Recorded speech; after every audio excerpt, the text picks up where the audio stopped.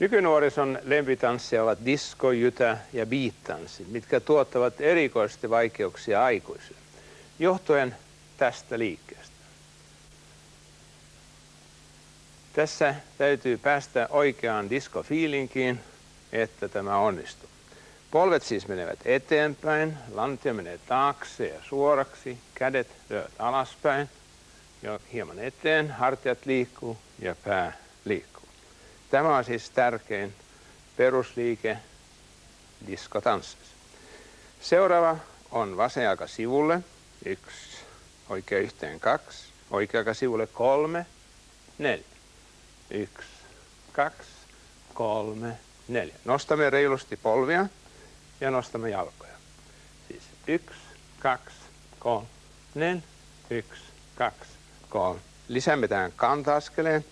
1, 2, 1, 2, 1, 2, 1, 2, 1, 2, 2. Nyt juoksemme taaksepäin. 1, 2, 1, 2.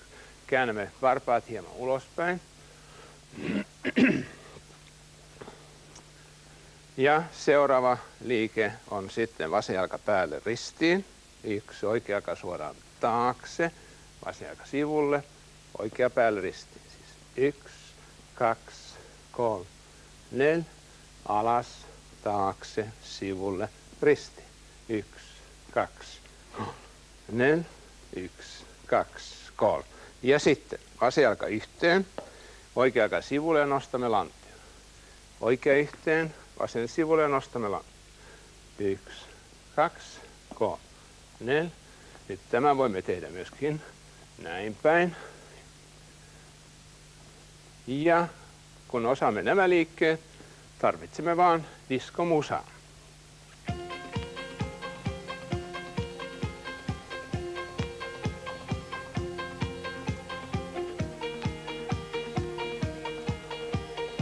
Ja nyt kaikki tanssimaan meidän omaan diskoon.